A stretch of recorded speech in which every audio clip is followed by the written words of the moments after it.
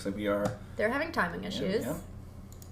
Let's also see who else is playing here. We are in for board 1 has started, and as you can see on board 2, so we have a King's Bishop opening for white on board 1, and as you can see on board 2, the position we cannot unfortunately see, but we have Grandmaster Alexander Linderman, white versus black Tyrell Harriott, a very strong chess player. He is not titled, but he is one of those not titled players. He is on the New York scene. If you know the New York chess, you know Tyrell Harriott. So it's going to be very interesting to see what happens between the two of them today. But as we see here, let's go ahead and transition back to our main game of focus. We have Carl kind of getting a nice standout position right away with, black is now starting the pawn storm with c6. I really like this approach.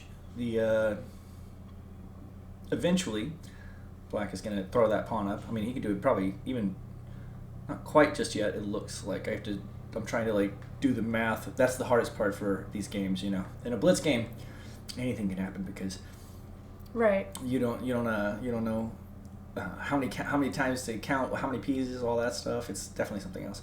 I do really like the board 2 here. We have Linderman is head in hand fully. He is trying to conceal himself. He is waiting to strike. He is building some tension on the board. The two of them, Tyrell is a notorious Stonewall player, so it's going to be really interesting to see. What is Stonewall? It is a type of position where the pieces are here, here, and here on a pawn chain, something like that, like a little triangle, and those structures are quite difficult to break through because it's one pawn protecting two other pawns. So most of the time, it's very difficult to like figure out a way to get in through that. So Tyrell usually finds a good way to pressure like that. But yeah, as we can see, we talked about this earlier. Carl Phoenix is very comfortable on the board, but right now he's not so laid back. He looks like he's actually having to think through some of his stuff here. And as we saw, black immediately throws that D pawn up. And we have captures, and white's bringing back their bishop into a nice safe square, and boom, here's the check. I wonder what... He took it. I was going to say, I was wondering what... Because you have to do it with this way because of there's all of this tension on the board, as you can see, like everything's coming off now. I love that our players... He had to, retreat, essentially. No, for sure.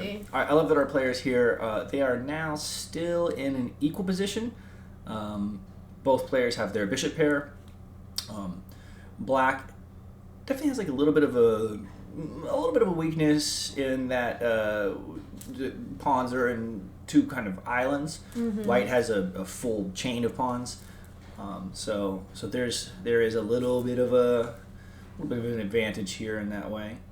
For white, I'm interested to see where this game goes. Now, the funny time advantage too. Yeah, a little bit of a time advantage for sure. Now, the other thing too is that these players have a long game to go. I mean, of course, it's rapid, so it's not the longest amount of time ever. But I have a feeling that this game somehow is going to get wrapped up in 5 minutes. Sure. By the speed in which they're playing, Who knows? Anything can happen. Oh, absolutely. We have a flurry of takes, and an open file for white's rook on board 2. I wonder if you end up playing differently according to the people around you. Like if you're on board 1 and you're isolated, do you play better? Do you play more confidently? And if you're surrounded by these other players that are at their own pace, do you get influenced by that?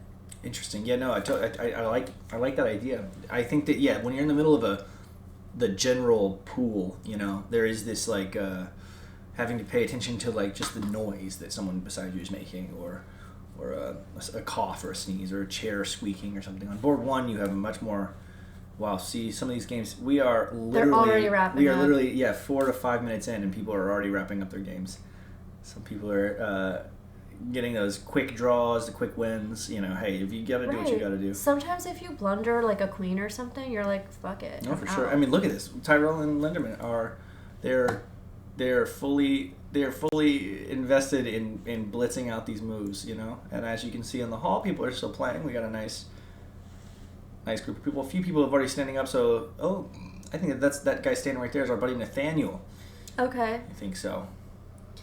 Which one was the... Is it this one? Here. Yeah, back to board 1 here. Nice to have all of this. Mike's doing the Queen's Gambit stare. You'd love to see it.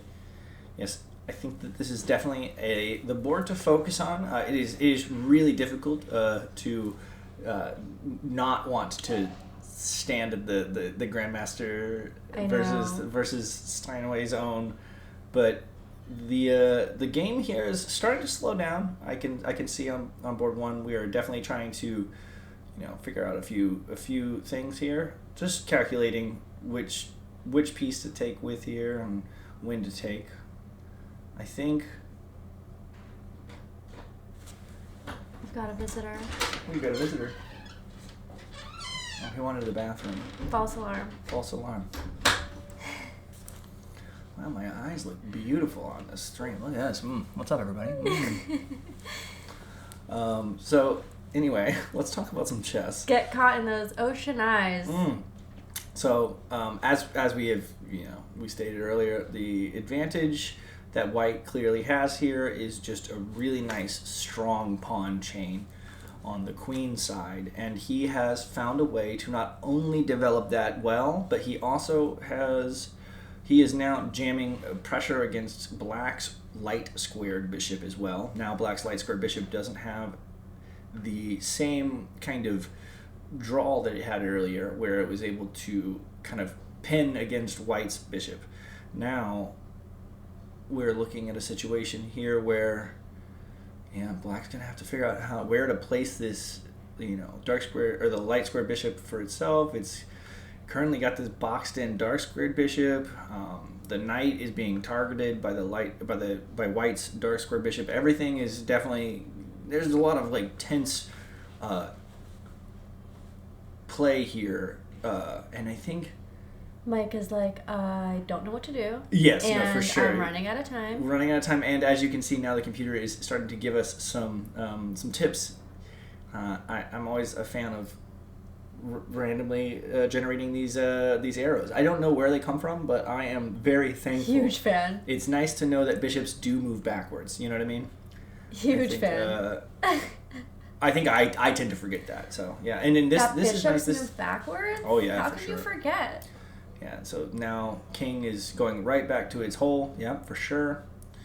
And I mean, honestly, at this point, I'm not going to say that you go straight for it, but that at some point soon, black's going to start throwing those pawns down the line. And I mean, what is white going to do about that? Black doesn't really have any kind of stronghold of any sort. Black is definitely being targeted. And Mike's slowly but surely running out of time here. We are also entering an end game, board 2 here, it seems. Mm-hmm. There's I love how black's pieces are so far pushed up. It's funny about Tyrell Harriott. I've noticed most of his games, that's how they start coming to the end, is that everything kind of runs into each other by the end of it. But as you can see as well, white's backline has also been vacated. It's as less and less pieces come off the board, you have more freedom to get your king into the action, and then obviously you bring all of your pieces with you along that journey. So it's very interesting to see how these higher skill level players, how they tend to duck it out in this way. Duck it out, indeed. They definitely draw the crowd. I was interviewing Alan, and he was he actually shared that he did play Alex before. Oh. So I think he's not so uncomfortable with that. It's just a matter of knowing when to fight versus, like we talked about, kind of like, do you have to fight? Do you have to know how to fight? And I think he was a little confused by that. Like, he didn't have a lot of strategy. It was just about, like, push through as best as you can. For sure. I think that's one of the issues about playing a Grandmaster. You know, they know where to put their pieces in such a way that, like, not unlike a stone wall or something. Like, sometimes you see those things and you go, okay, how do I crack it? You know, like, there's this realization that you, the person who is behind the pieces, needs to actually figure something out, and it can get really, really tense really quickly, you know? Especially when the more pieces that are on the board, the more difficult it can be, because you have no idea what's gonna come from the next few moves, and then bam, all of a sudden out of nowhere you are in a dangerous position. So very exciting to see today that we have a lot going on with these you know, higher level chess games. You're right. A lot of intellectual strategy, I would say. No, for sure. And the good news for Mike here is that he hasn't found himself, he knows he's in a bad position, he knows he's down on time. What he's making sure that he's doing is he is making sure he's making the moves quickly, and that's good. Yo, what's up, Blippy? Aaron, nice to see you. Totally understandable that you couldn't make it today. I get it. It's been a rainy day for sure. I saw your name on the roster. I was so excited to see you come out here and play today. My hair's almost getting as long as yours, but hey, there's always next time. We have more tournaments coming up, and hey, it's really good to see you in the chat now as well. So that's really the big key here. So thank you for joining the stream. We love to have you here. Oh, for sure. As we're cleaning up this, like, midway section on board 1, now we look back to board 2. Tyrell's already shaking his head. I think he knows he is in some stress here. I can't quite tell the material advantage or disadvantage, but it looks like white has a full rook. Probably. Oh my god, it looks like white has 2 rooks and a queen, and it looks like black only has the queen. Yeah. Oh my gosh. Tyrell is laughing his way through this. He knows that he is done. Board 1 is DGT, so what you're seeing now on stream is board 1. What you're seeing live on the camera is board 2, and as you can see, yeah, we are... Ooh, black has lined up this beautiful little discovered check on the king. Is he going to be able to find a way to... Yeah, you can just hit transition there, yeah. Is he going to find a way to come back? And yeah, it's looking like, yeah, it looks like on board 2, Tyrell is definitely shaking his head and he is ready to say goodbye to that. But yeah, here on board 1, I mean, there's, yeah, you can dip out, you got a check here, protecting your pieces, and look at this. Honestly, Mike has figured out a way to come up in a material advantage. Now, is there going to be a situation here where Mike can actually fight his way through this, getting the pieces down the board? He's trying, yeah, he's getting ready to promote this pawn at some point, and that's going to be the big selling point. If he can get that pawn promoted, then he's in a very comfortable position. I would go so far here as to even, okay, that's an okay spot. I was even thinking, ooh, gross. Actually, I like this better, because I was thinking in my head, I was thinking of that G square there, but the G3 square. But yeah, no, the F4 is a much better spot, because now the queen can come down, check the king, and you're promoting, and that's gonna do it. I honestly, even here, I would consider a queen trade. Nope. He goes, yeah, he's not letting the queen trade in. Because he also doesn't want to, he wants to protect that pawn promotion. Interesting. Wait, it looked like the piece slightly moved and then it didn't. We'll have to see there. Well, we're going to transition real quick back to this other game, because it is looking like heat is on the table. Hot sauce. Everyone, as you can see, people are very excited to stare down this position here. Oh, look at that. We got our buddy standing up still in the background. Philip, he is definitely moving, and it looks like we have boiled down to a rook and queen. Oh my god, did you see how quickly Linderman has his queen out? He's toying with him now. Do you see this? He's toying with him. He goes, "Do you want playing with his food?" He literally is. He's like, he's going to sit here and promote all of his pieces. And why not? But why? Like, where does Tyrell go with that? Like, what do you do with that? Don't you just resign? Yeah, no, because he wants to play it out. He's getting a chance to play a Grandmaster. If you're going to play a Grandmaster, and there it is, we are one move away from checkmate on the board with the fist bump. There they go. There he goes. Yeah, I had a feeling that was how it was going to go. Look at that. You could even tell, even behind the mask, Lindemann is smiling. I love a game that ends in a fist bump. No, for sure. He definitely toyed around a little bit on that. That was fun, though. He promoted 2 queens. He's like, look, I want to do this as safely as I possibly can, but let's go ahead and transition our way back to there. It's nice to see those two talking about their game, though, because Lindemann's having a lot of fun. Plus, that was such a fast end game, and this one is drawn out, and I love the balance that we have among our players here, because it really goes to show anything can happen. Yes, absolutely. I mean, everyone's crowding around this table between Tyrell. Let's go quickly right back to this. Look at this. Everyone is crowding around. But I think there's also a game between Nick and Philip that they're watching too. They're still finishing up this game as well. Yeah, Nick is still playing. And it's timed, but yeah. Now here's the thing is, so Mike has the piece, right?